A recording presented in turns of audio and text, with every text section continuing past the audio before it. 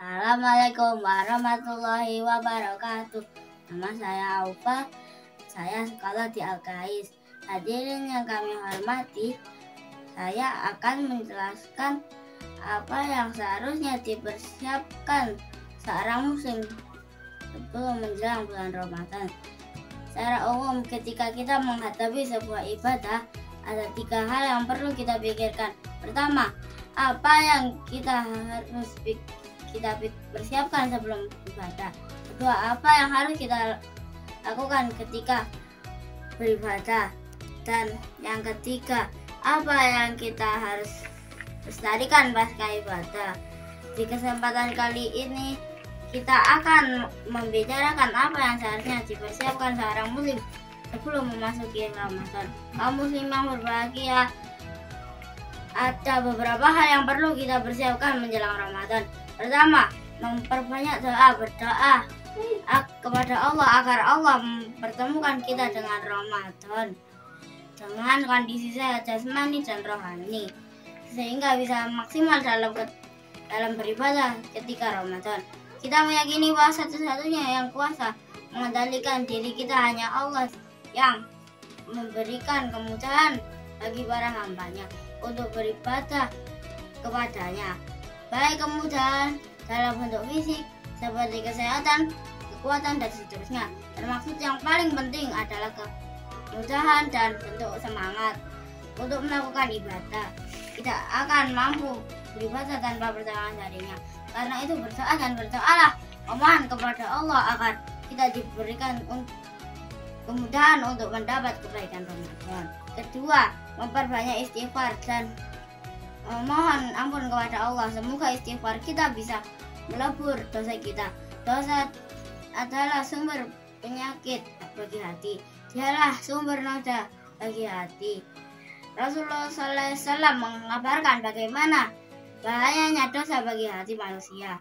Sesungguhnya seorang hamba apabila melakukan perbuatan maksiat akan dititikkan dalam hatinya satu titik hitam. Jika meninggalkan maksiat akan dibersihkan titik hitam. Namun jika dia kembali maksiat akan ditambahkan titik hitam tersebut hingga menutupi hatinya. Itulah yang diistilahkan oleh Allah, yang artinya sekali-kali tidak demikian. Apa yang kita lakukan itu tidak sia-sia ketika mulai membiasakan diri dengan kebaikan. Sesuatu yang dilakukan dengan mendadak biasanya hasilnya tidak maksimal. Karena manusia jadi baik tidak bisa dilakukan secara instan. Semua butuh proses. Rasulullah SAW mengingatkan, siapa yang melatih diri menjaga kehormatan, maka Allah akan jaga kehormatannya. Siapa yang melatih diri untuk bersabar, Allah jadikan dia penyabar. Dan siapa yang merasa cukup, Allah akan memberikan kecukupan. Hadis riwayat Bukhari, Abu Daud, dan yang lainnya. Umumnya ketika kita memasuki Ramadan, ada 2 amalan besar yang dirutinkan masyarakat berpuasa di siang hari dan membaca Al-Quran. Keduanya membutuhkan kesabaran. Keempat, tekad untuk menjadikan Ramadan kesempatan untuk berubah. Kita harus punya target. Ramadan tahun ini harus mengubah diri saya menjadi lebih baik. Allah memberikan banyak kemudahan bagi para hambanya untuk beribadah selama Ramadan.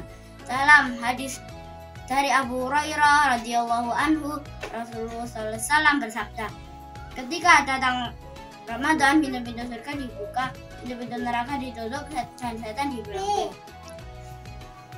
Pintu surga dibuka artinya peluang besar bagi Anda yang melakukan ketaatan untuk diterima amalannya dan mengantarkan ke dalam surga.